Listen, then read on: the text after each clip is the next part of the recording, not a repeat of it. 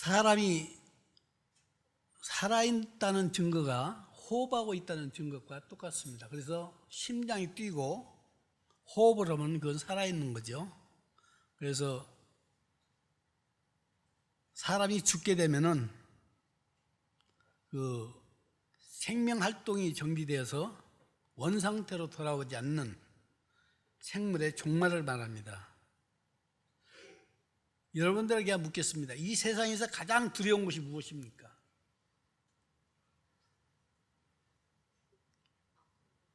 이 세상에서 가장 두려운 거 죽음이죠. 그죠? 여러분은 무엇이 죽음보다도 더 두려운 거 있습니까? 아마 죽음보다 두려운 것은 없을 것입니다. 우리나라에 3대 거짓말이 있는데요.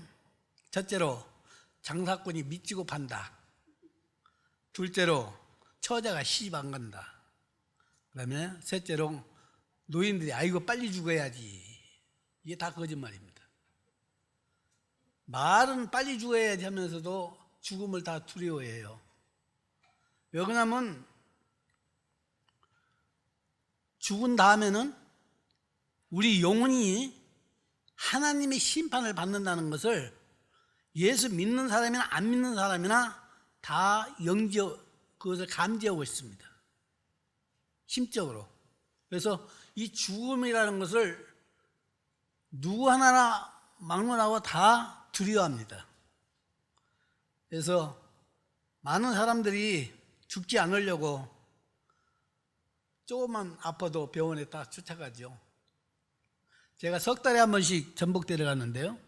전북대 병원을 가는데 가보면은 바글바글해요, 사람이. 그렇게 아픈 사람이 많은 줄 몰랐어요. 그 다음에 사진을 찍으려면 이제 저 같은 경우는 이미 계속 해왔기 때문에 별거 없는데요. 처음 오는 사람은 빨리 찍어야 한 달. 그러면 2달, 석 달 이렇게 밀려가요. 왜냐하면 다 밀려 있으니까. 그걸 보고 참 사람은 죽기를 다 싫어하는구나. 그래서 흔히들 이런 말이 있습니다. 우리 노인들이 말똥밭에 궁궐하더라도 이성이 낫다.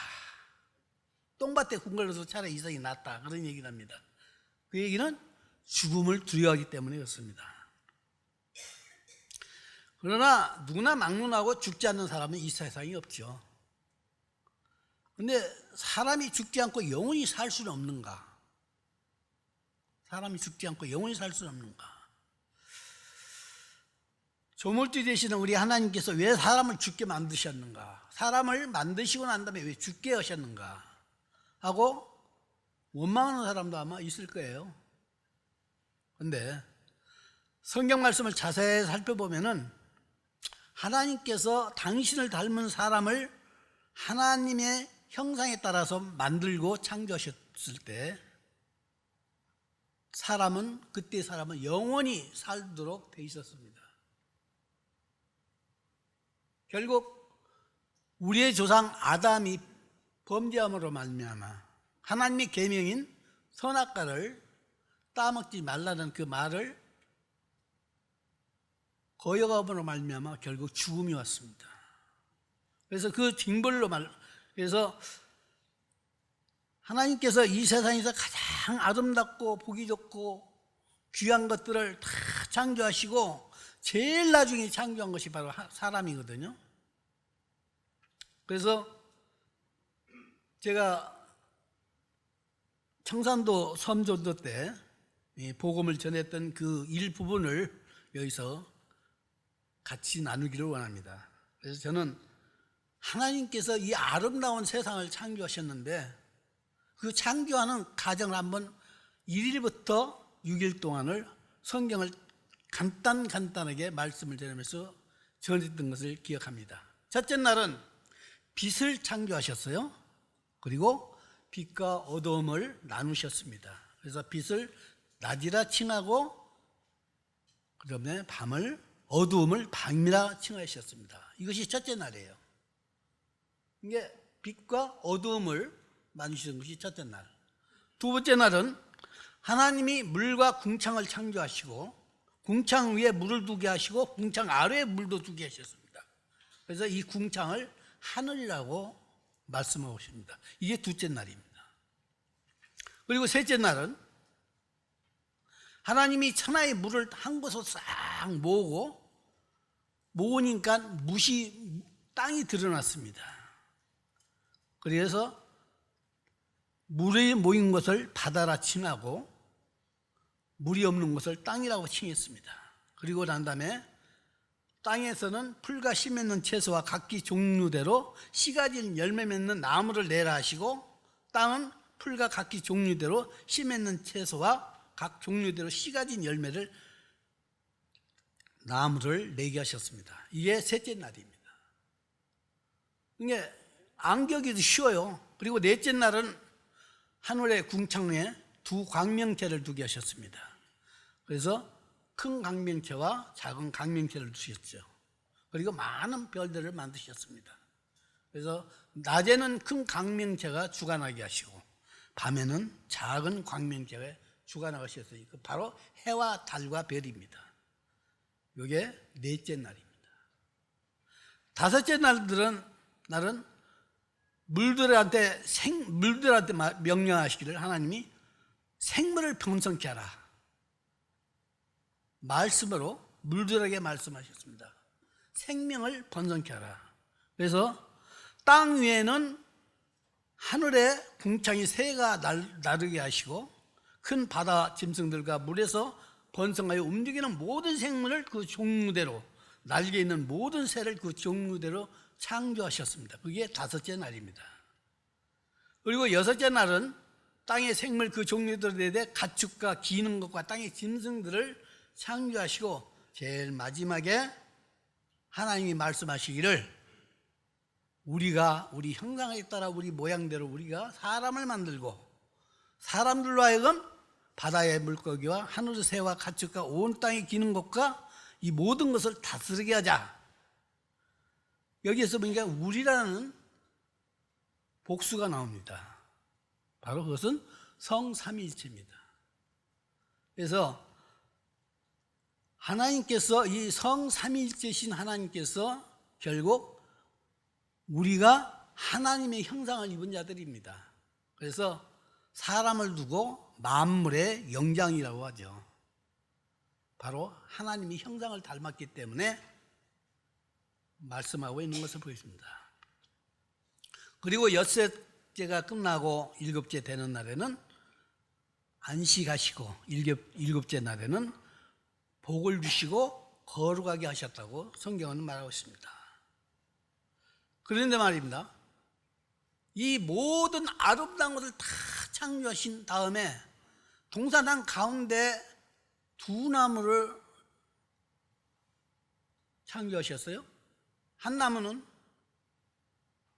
생명을 연장시킬 수 있는 생명의 열매를, 그 열매를 먹으면 영원히 사는.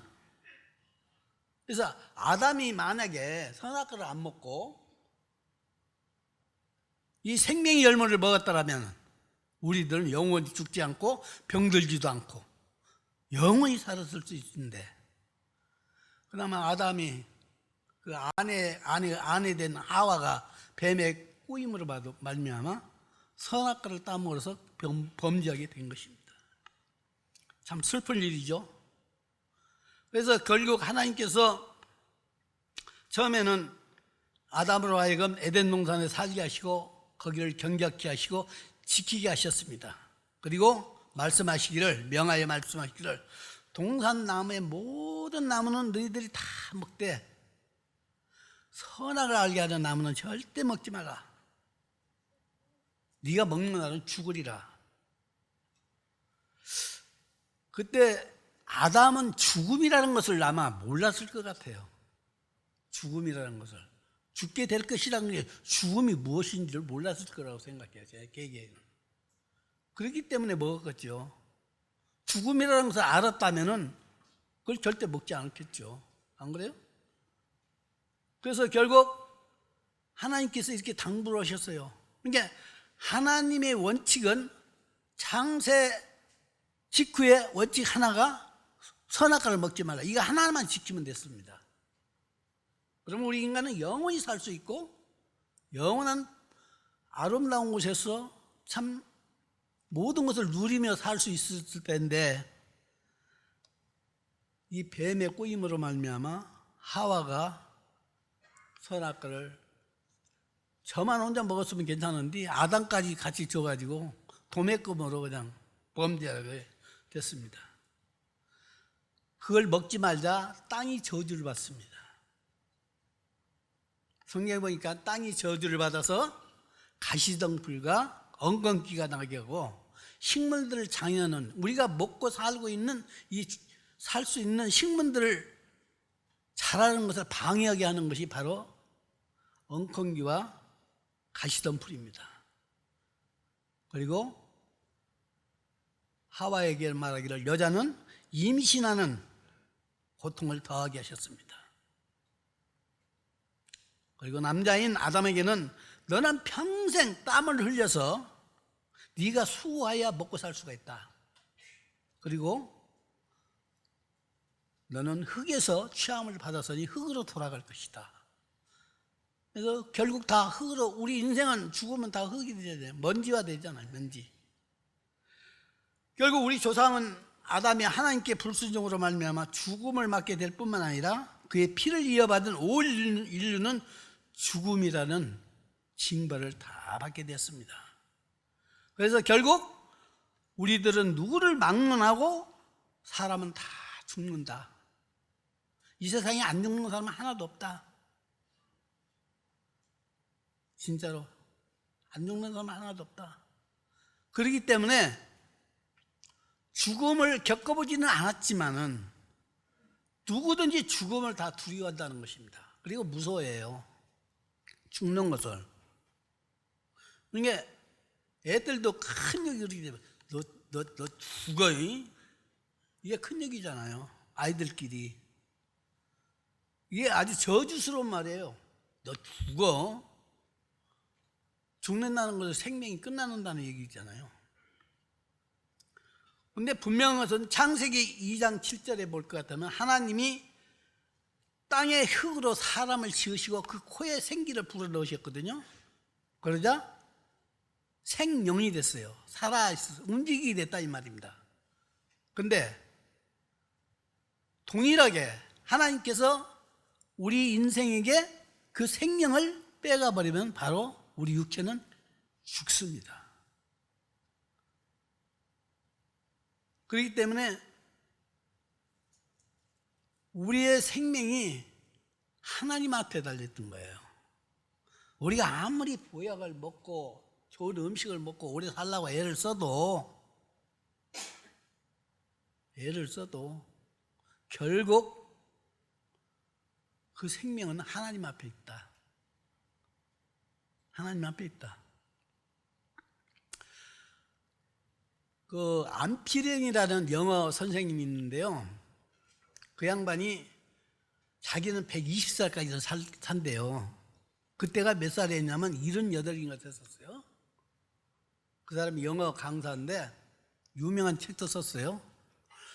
그러면서 건강에 대해서 그때만 해도 유튜브는 없었지만은 방송에서 그렇게 자기는 오래 살 거라고 큰 소리 쳤는데 어느 날 갑자기 교통사고 나서 그 이튿날 가버렸잖아요.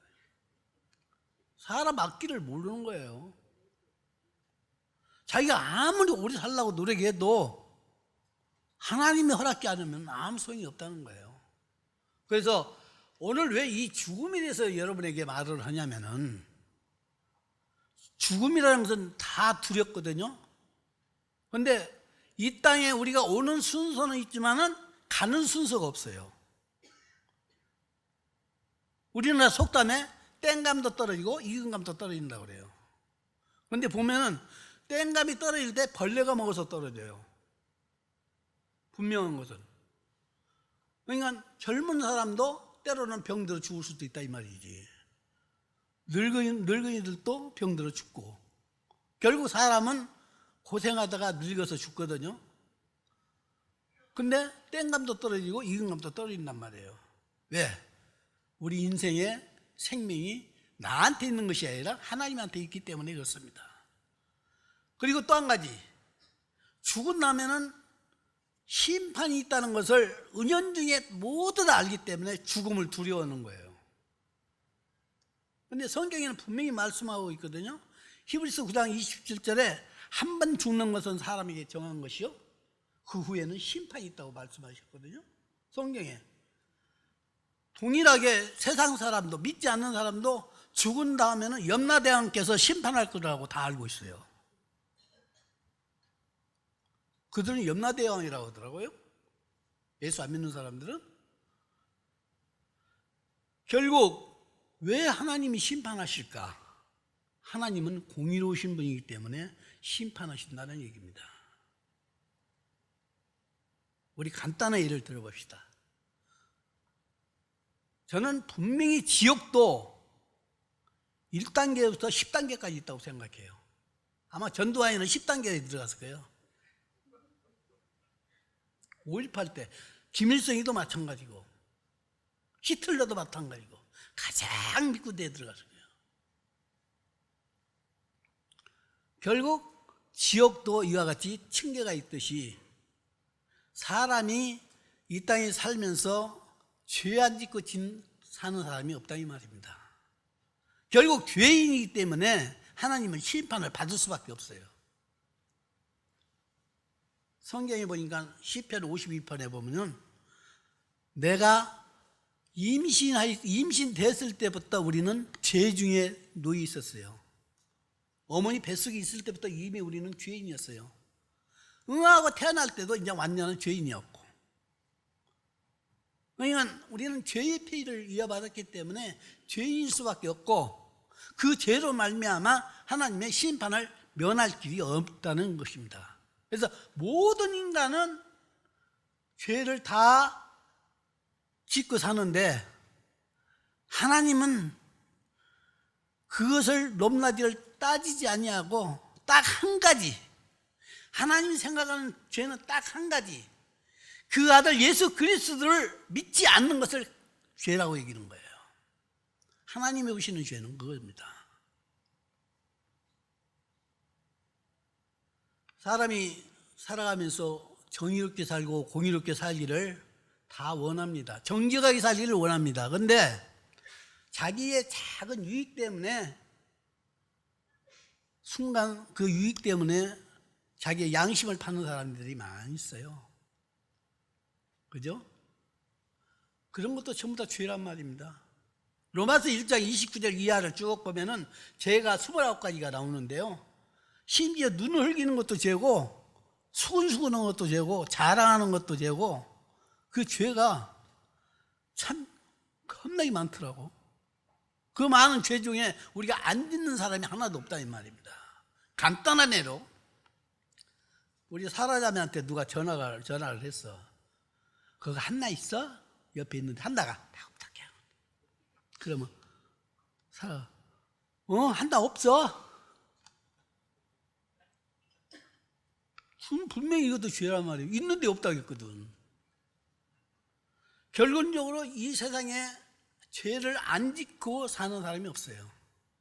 그래서 오늘은 말씀 제목을 부영생이라는 제목으로 말씀을 드립니다.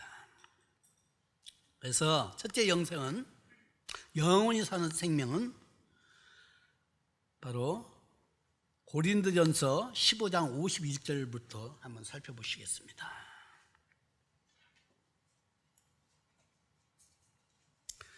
첫 번째 영생입니다. 영생은 영원히 사는 것이 영생입니다. 첫 번째 영생. 53절까지 보겠습니다. 보라, 내가 너희에게 비밀을 말하노니 우리가 다 잠잘 것이 아니요 마지막 나팔에 순식간에 호련히 다 변화하리니 나팔 소리가 나매 죽은 자들이 썩지 아니할 것으로 다시 살아나고 우리도 변화되리라. 이 썩을 것이 반드시 썩지 아니할 것을 입겠고 이 죽을 것이 죽지 아니함을 입으리로다. 이 얘기는 뭔 얘기냐면은, 마지막 때 구원받지 못한 영혼들을 하나님이 부르실 때 그 육체가 죽지 않는 육체로 바뀐다는 겁니다. 죽지 않는 육체로. 그리고 우리 성도는 마태복음 17장의 변화상에서 예수님이 변화된 모습을 여러분 아시죠? 그와 같이 찬란하게 아름다운 모습으로 변화될 것입니다. 근데 그때는 우리 몸이 가장 아름다울 때의 몸으로 변화될 거예요. 근데 우리 몸이 가장 아름다울 때 언젠가 생각했더니 신랑 신부 장가가고 시집간 날이 가장 이쁘더라고요. 안 그래요? 그때가 제일 이뻐. 아름다운 모습으로 그 모습으로 변할 겁니다. 근데 여기 고린도서 15장 51절에서 53절의 말씀은 구원받지 못한 영혼이 이렇게 변화돼서 어디로 갈 것인가? 하나님의 보좌 앞에 나갑니다. 결국 이 전부 다 다시 살아나 부활하는 사람들이 하나님의 심판대 앞에 설 것입니다. 그래서 이때를 성경에서는 백보자 심판대라고 합니다. 마지막 심판대입니다. 그래서 우리 요한계시록 20장 11절에서 15절까지를 살펴보면은 보겠습니다. 또 내가 크고 흰 보좌와 그 위에 앉으신 이를 보니, 요한계시록 20장 11절에서 15절까지입니다. 또 내가 크고 흰 보좌와 그 위에 앉으신 이를 보니 땅과 하늘이 그 앞에서 피하여 간 데 없더라. 결국 땅과 하늘이 없어졌다는 얘기는 이 세상이 종말했을 때 아마 핵으로 말미암아 다 파괴되는 것을 말할 것 같아요. 제가 봤을 때는 핵전쟁으로. 또 내가 보니 죽은 자들이 큰 자나 작은 자나 그 보좌 앞에 서 있는데 책들이 펴 있고 다른 책이 펴졌으니 곧 생명책이라. 죽은 자들이 자기 행위를 따라 책들에 기록된 대로 심판을 받으니 바다가 그 가운데서 죽은 자들을 내주고 또 사망과 음부도 그 가운데서 죽은 자들을 내주며 각 사람이 자기 행위대로 심판을 받고 사망과 음부도 불못에 던지니 이것은 둘째 사망 곧 불못이라. 누구든지 생명책에 기록되지 못한 자는 불못에 던지우더라. 그 다음에 21장 8절에 보면은 그러나 두려워하는 자들과 믿지 않는 자들과 흉악자들과 살인자들과 음행하는 자들과 점술가들과 우상숭배자들과 거짓말하는 모든 자들은 불과 유황으로 타는 못에 던지리니 이것이 둘째 사망이라. 그래서 믿지 않는 사람들이 가는 곳이 바로 이 유황불입니다. 불속입니다. 여러분 혹시 테레미질을 하다거나 또는 주방에서 뭐냐 하다가 데워본 적 있어요? 저는 됐는데 진짜 고통스럽더라고요. 불하면 살짝 띄고 냄비에다가 그 뜨거운 냄비 후라이팬에다가 그냥 팔뚝 한번 이렇게 슬쩍 했는데 확 물이 잡혀갖고 쫙 올라오더라고요. 왜 이렇게 따가워요? 와, 근데 유황불이 타는 온도가 몇 도인지 아십니까? 8,000도입니다. 섭씨. 녹아버려요. 근데 사람이 거기에 빠지면은 녹들 안 해요. 왜? 죽지 않을 몸으로 변화됐으니까. 근데 그것이 잠시 잠깐이면은 그래도 견딜 수 있을란가 몰라. 근데 영원히 그렇단 말이에요. 영원히. 얼마나 놀라운 일이에요? 잠시 잠깐이면 괜찮아. 영원이라는 것은 끝이 없어요. 그렇기 때문에 지옥 가고 싶은 분은 그냥 믿지 말고 그대로 사세요. 그러면 돼요.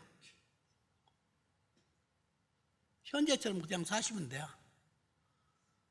근데요, 사람들한테 전도할 때 천국과 지옥에 대해서 얘기하면은 농담으로 듣고 가봤어? 봤어? 제가 제 운봉의 작물시험장에 근무할 때입니다. 그러니까 지금으로부터 한 40년, 아니 한 38년 전이네요. 우리 직원 중에 농감이라는 사람이 있어요. 시험장은 벼를 많이 심기 때문에 경운기도 다뤄야 하고 그 논바닥이 바둑판처럼 조그맣게 겨우 뭐 한 20포기 심을도록 이렇게 만들어서 허해요. 근데 농감이 일을 잘 해줘야 우리가 펴는데 꼭 그때만 되면 배짱을 부려요. 나거는 큰 소리 치고 하여튼 자기 마음에 안 들으면 안 해버려 일을. 근데 그게 그 동네 사람이라 어떻게 해볼 수도 없고 그 시험장을 거기다 만들 때 그 사람을 덕을 많이 봤어요. 그거하고 자기가 거기 취직을 한 거야. 근데 이 사람이 제가 그래도 복음을 전했죠. 예수 믿어야 됩니다. 예수 믿어야 됩니다. 그랬더니 나는 지옥 밑바닥으로 갈 거야. 와,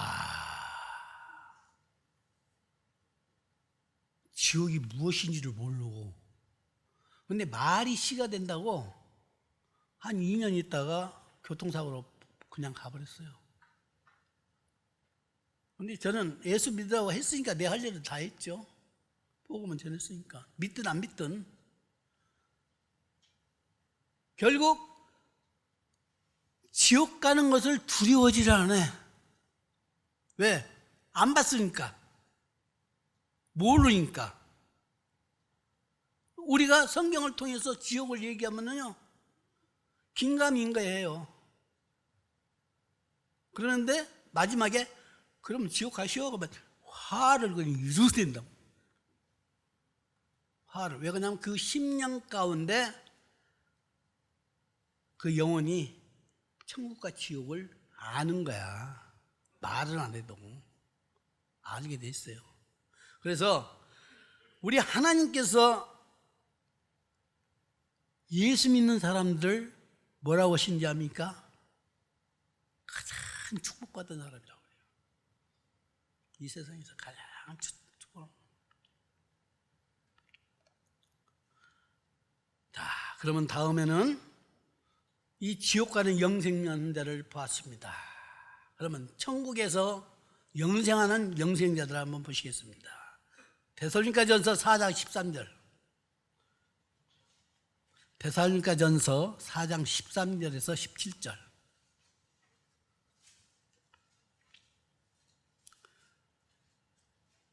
데살로니가전서 4장 13절에서 17절. 형제들아, 자는 자들에 관하여 너희가 알지 못함을 우리가 원하지 아니하노니 이는 소망 없는 다른 이와 같이 슬퍼하지 않게 함이라. 우리가 예수께서 죽으셨다가 다시 살아나심을 믿을진대 이와 같이 예수 안에서 자는 자들도 하나님이 그와 함께 데리고 오시리라. 우리가 주의 말씀으로 너에게 이것을 말하니 주께서 강림하실 때까지 우리 살아남아 있는 자도 자는 자보다 결코 앞서지 못하리라. 주께서 호령과 천사장의 소리와 하나님의 나팔 소리로 친히 하늘로부터 강림하시리니 그리스도 안에서 죽은 자들이 먼저 일어나고 그 후에 우리 살아남은 자들도 그들과 함께 구름 속으로 끌려올려 공중에서 주를 영접하게 하시리니 그리하여 우리가 항상 주와 함께 있으리라. 이 시대 때 이 말씀을 그 시대의 상황을 보면은 핍박이 어떻게 심었는데 많이 죽었던 사람들을 보게 됩니다. 성도들이. 그렇기 때문에 죽은 사람에 대해서 확신이 없었어요. 오늘날에는 이 성경을 통해서 구원받은 성도는 부활의 소망을 다 안고 살지만은 그 시대 때는 성경이 없었기 때문에 사도 바울이 전하는 그 말씀 하나만 의지하고 믿음으로 살았기 때문에 항상 불안한 거야. 그 시대 때는. 그래서 이 편지를 쓴 거예요. 데살로니가 교회한테. 그러면서 너희들이 슬퍼하지 마라. 우리 형제와 자매들이 죽었다고 해서 슬퍼하지 말아라. 그래서 자는 자리에 대해서 너희가 알지 못함을 우리가 원치 않다. 오히려 알게 한다 이 말이에요. 왜냐하면 우리가 소망이 없는 것이 아니기 때문에 슬퍼하지 않게 하기 위해서 이 편지를 쓴다. 자, 예수께서 죽으셨다가 살아나실 줄을 우리가 믿지 않냐. 그래서 예수 안에서, 예수 믿고 주님 안에서 살다가 죽은 자들이 하나님이 그 영혼을 불러서 데리고 오시리라. 근데 그 영혼을 어떻게 데리고 오시냐? 주 안에서 잠자던 성도들이 하나님께서 천사장의 소리와 하나님의 나팔소리로 하나님께서 각자의 이름을 부르십니다. 그 부르실 때 우리 몸이 휴거되는 거예요. 그래서 우리 살아남은 자가 앞서지 못하고 자는 자들이 먼저 부활한다. 그리고 살아있는 자는 산채로 변화돼서 공중에서 주님을 만날 것이다. 이렇게 얘기하고 있습니다. 그러면서 슬퍼하지 말아라. 그때 주 안에서 죽은 사람들이 너무나도 많았기 때문에 우리가 잘 아는 카타고모 순교자라는 책을 보면은 그 수를 헤아릴 수가 없어요. 어떻게 많이 죽었는지. 그런데도 그 믿음을 지켰던 이유가 뭐였어요? 하늘의 소망을 있기 때문에. 죽은 다음에 우리가 부활할 것이다. 부활과 하나님과 영원히 하늘에서 만날 것이다. 이런 소망을 갖고 있었기 때문에 그들이 그 믿음을 지켰던 거예요. 그런데 오늘날 우리에게도 이런 소망이 다 있으면서도 우리는 굉장히 안일하게 신앙생활을 하고 있다는 사실에 참 개념이 없다라고 저는 생각합니다. 하나님께서 우리들에게 은혜를 베풀어 주셔서 예수 믿게 하셨다는 이 놀라운 사실을 우리는 그냥 간과해서는 안 돼요. 진짜 은혜로 선물로 받은 거거든요. 구원은 공짜예요. 말 그대로 선물이란 말입니다. 근데 우리는 이 공짜를 너무 쉽게 생각해요. 우리 마태복음 27장을 한번 살펴보겠습니다.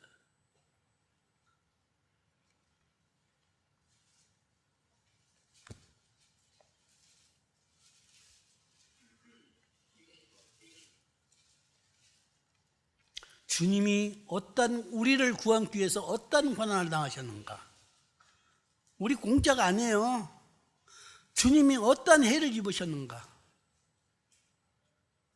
마태복음 27장 26절부터 보시겠습니다. 이에 바라바는 그들에게 놓아주고 예수는 채찍질하고 십자가에 못 박히게 넘겨주니라. 자, 그 시대 때 왜 채찍질을 하자면은 이유가 있어요.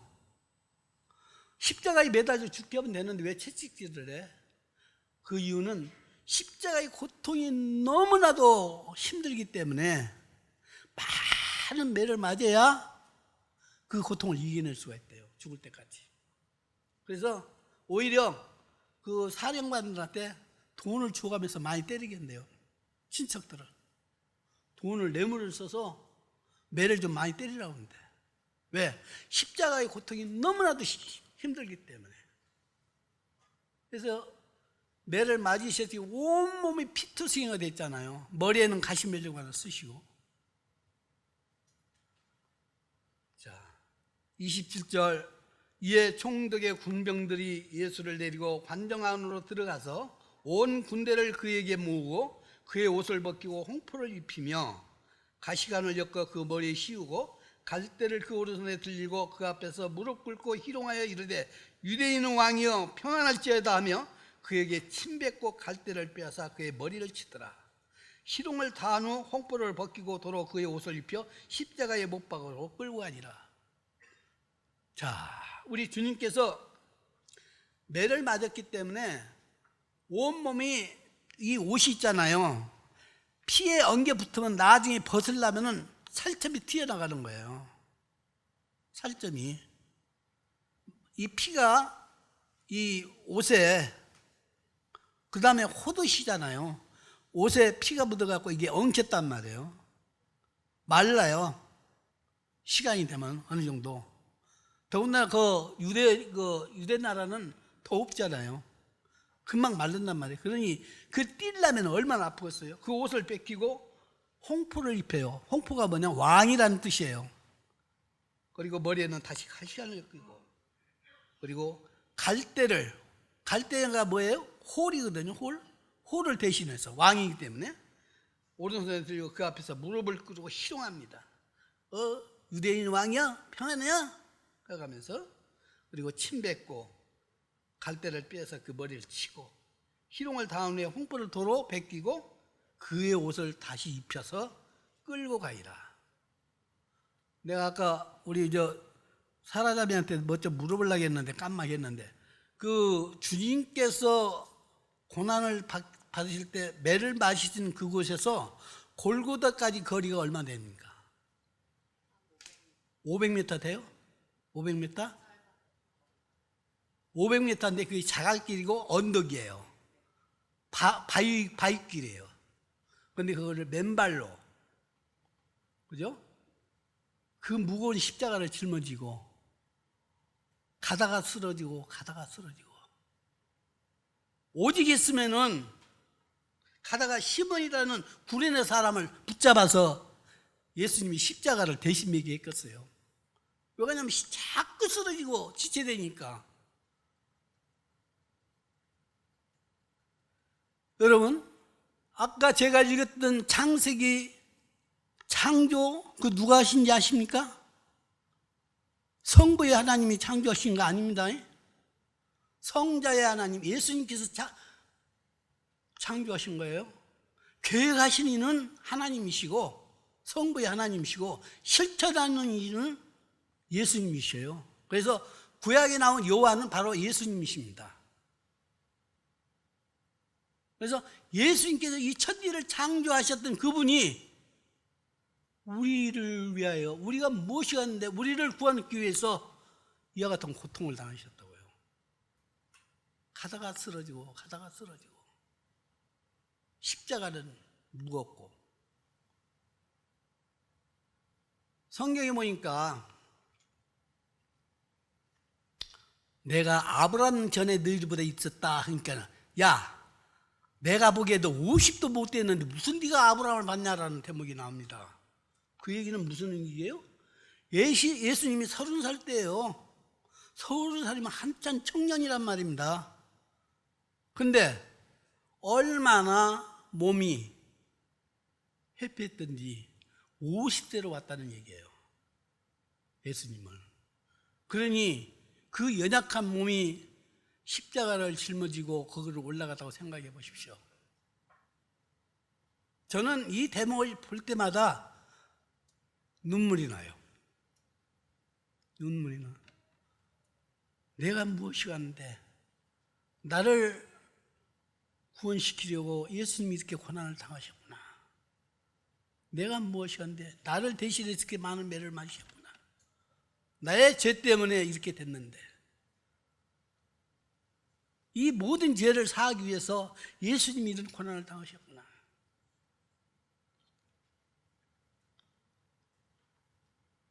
예수님이 십자가에 못 박혀서 제 6시면은 낮 12시입니다.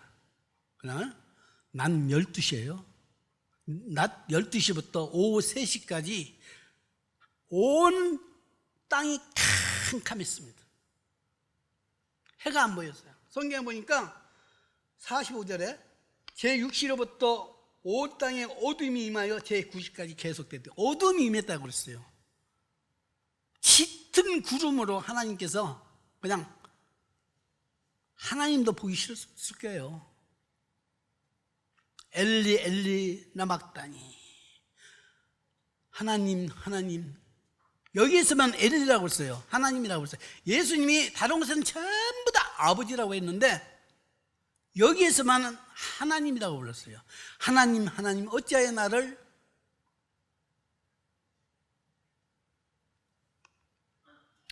참 이 대목을 보면은 나를 버리시나이까, 어찌하여 나를 버리시나이까. 왜냐하면 하나님이라고 부른 이유는 아버지라고 부를 수 없는 죄인의 몸이 있기 때문에 하나님이라고 부른 거예요. 예수님이. 왜? 우리 죄를 다 담당했기 때문에. 그래서 하나님이라고 부른 거예요. 하나님 하나님 어찌하여 나를 버리시나이까. 바로 여러분들의 죄를 위해서, 여러분들을 십자가의 고통보다도 더 험한 지옥불에 들어가는 것을 막기 위해서 예수님이 이와 같은 고난을 당했다는 것입니다. 우리는 이걸 잊어서는 안 돼요. 이것을 잊어서는 안 돼요. 예수 믿는 사람으로서 진정 주님의 고난을 잊어버렸다면 그건 믿는 사람이라고 할 수가 없어요. 진짜 하나님께서 우리를 살리시려고, 우리가 무엇이 간데 우리를 살리시려고 그 고난을 당했나 한번 깊이 생각해 보시기 바랍니다. 이 자리에 아직 예수로 구원받지 못한 사람이 있다면 도대체 나를 위해서 예수님이 왜 죽으셔야만 했는가, 이 고통을 당해야만 했는가 한번 생각해 보시기 바랍니다. 그리고 결단하시기 바랍니다. 믿음은 결단입니다. 주저주저 하면은 못 믿습니다. 마음의 결단을 해야 믿습니다. 환경 쳐다보면 절대 못 믿습니다. 그죠? 내 주위를 쳐다보면 절대 못 믿습니다. 오직 십자가만 바라보시면 믿게 됩니다.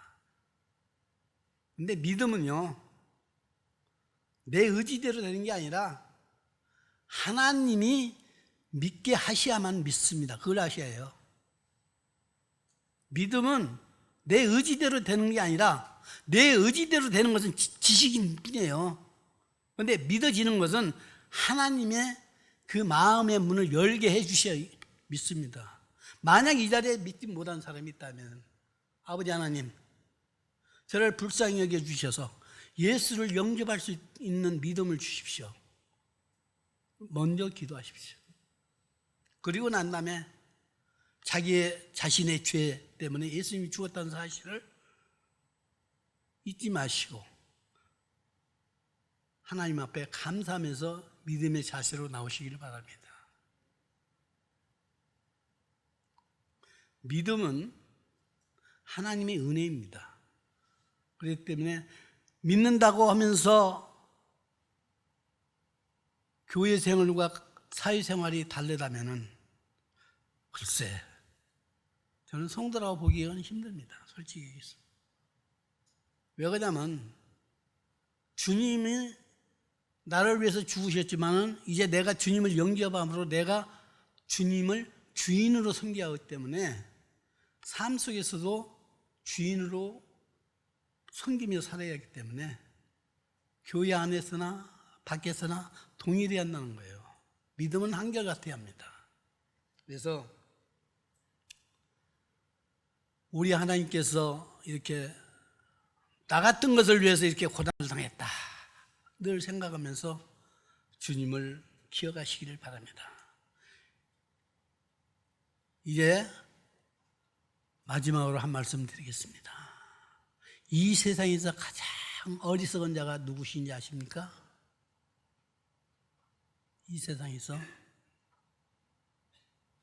물론 예수 안 믿는 사람이 어리석지만 그보다도 더 어리석은 사람이 있어요. 죽음을 예비하지 않는 자. 죽음을 예비하지 않는 자. 죽음에 대해서 준비하지 못하고 있는 자. 그래서 우리 노인부에서는 항상 제가 그 얘기를 합니다. 우리는 살았다고 하나 언제 주님이 부르실지 모릅니다. 그래서 우리는 항상 준비하고 있어야 합니다. 우리 노인분한테 그 얘기를 강조하고 있어요. 그래야만이 그 믿음이 소실되지 않습니다. 죽음을 예비한 사람이 어떻게 하나님을 잊겠어요? 죽음을 예비한 사람이 어떻게 주님을 잊겠냐고. 죽음을 예비한 사람이 어찌 성경을 마다하겠어요? 성경을 볼 수밖에 없지. 그러네요. 성경을 보지 아니하고 어떻게 죽음을 예비합니까? 그래서 가장 어리석은 사람은 죽음을 예비하지 않는 자입니다. 그리고 가장 지혜로운 자가 죽음을 예비하는 자입니다. 우리가 이 땅에서 영원히 사는 것이 아니고 언젠가는 다 하나 둘 앞서거니 뒤서거니 다 주님 나라 갈진데, 과연 내가 김제교회에서 어떤 모습으로 내 정치를 남기고 갈 것인가? 그리움을 남기고 가는 성도가 되시기를 바랍니다. 기억나게 하는 성도가 되시기 바랍니다. 아, 그 자매, 그래, 그 자매가 있었지. 참 좋았어. 이러한 성도가 되시기를 바랍니다. 그 형제가 있어서 참 좋았어. 이러한 성도가 되시기를 바랍니다. 우리 주님께서 여러분을 위해서 지금도 하나님 우편에서 우리를 위해서 기도하고 있다는 사실을 잊지 마시기 바랍니다. 끝으로 요한복음 3장 16절에서 18절까지 보시겠습니다. 요한복음 3장 16절에서 18절까지. 하나님이 세상을 이처럼 사랑하사 독생자를 주셨으니 이는 그를 믿는 자마다 멸망하지 않고 영생을 얻게 하려 하심이라. 하나님이 그 아들을 세상에 보내신 것은 세상을 심판하려 하심이 아니요 그로 말미암아 세상이 구원을 받게 하려 하심이라. 그를 믿는 자는 심판을 받지 아니하는 것이요 믿지 아니하는 자는 하나님의 독생자 이름을 믿지 아니함으로 벌써 심판을 받은 것이라. 여기에 벌써라는 말에 우리가 주안점을 주시기 바랍니다. 벌써라는 것은 이미 그런 뜻입니다. 이미 그 생명이 하나님 손에 있지만 어느 날 부를지 모르는데 이미 지옥 가기로 작정되어 있다 이 말입니다. 믿지 않는 상태에서 이미 지옥 가기로 작정되어 있다는 거예요. 그래서 요한복음 3장 36절에 뭐라고 있냐면 아들을 믿는 자에게는 영생이 있고, 그래서 아들을 믿는 자는 영생이 있고 영원히 사는 그 생명을 갖추고, 아들을 믿지 아니하는 자는 영생을 보지 못하고 오히려 도리어 하나님의 진노가 그 머리 위에 머물러 있느니라. 얼마나 무서운 말입니까? 그래서 우리가 하나님이 우리를 이렇게 사랑하사 그 아들 예수 그리스도를 보내시고 그로 말미암아 우리 모든 죄와 허물을 십자가에서 다 도말케 하시고 믿는 저희들을 하나님의 자녀라 하시고, 히브리서에 볼 것 같으면 2장에 보면은 우리를 형제라 부르기를 부끄러워하지 않는다고 했어요, 예수님이. 자, 성경에 보면 우리를 친구라고 얘기를 했는데 형제라고 부른 데는 히브리서밖에 없습니다. 주님이 우리를 형제라 부르시기를 부끄러워하지 않는다고 했어요. 하나님이 형제라 부르는데 얼마나 아름다운 얘기입니까? 그죠? 그래서 이 땅에 살아가는 동안에 참 천국과 지옥이 분명히 있다는 사실을 우리가 마음으로 늘 새기면서 나는 준비된 삶을 살고 있는가? 우리가 잘 알고 있는 모세가 이스라엘 민족을 애굽에서 탈출해 나갈 때 어린 양을 잡아서 먹을 때 어떻게 했어요? 허리에는 가죽띠를 띠고 신을 신고 지판을 듣고 급히 먹어라. 왜? 언제 떠날지 모르니까. 급히 뭐라고 그랬어요? 오늘날도 이건 동일하다고 봅니다. 우리는 항상 준비된 상태에 있어야 해요. 우리가 휴교될 날이 준비되어 있는 상태가 있다는 것을 잊지 마시기 바랍니다. 그렇기 때문에 우리는 준비하고 있어야 해요. 근데 세상 돌아가는 게 얼마 남지 않은 것 같아요. 대통령이 잘못하고도 오히려 그것을 빵빵 찌른다 같았어요. 우리나라 대통령이 둘입니다. 근데 작은 대통령이 더 끝발이 세요. 큰일 났어요. 세계에서 지금 웃음거리가 되고 있습니다. 대한민국이. 그렇지만 우리 예수 믿는 사람은 거기에 가지 않습니다. 우리는 거기에 관여하지 않고 우리 믿음만 지키고 우리 하나님 말씀에 집중하면서 할 수만 있으면 내 이웃에게 복음을 전하는 일을 하시기 바랍니다.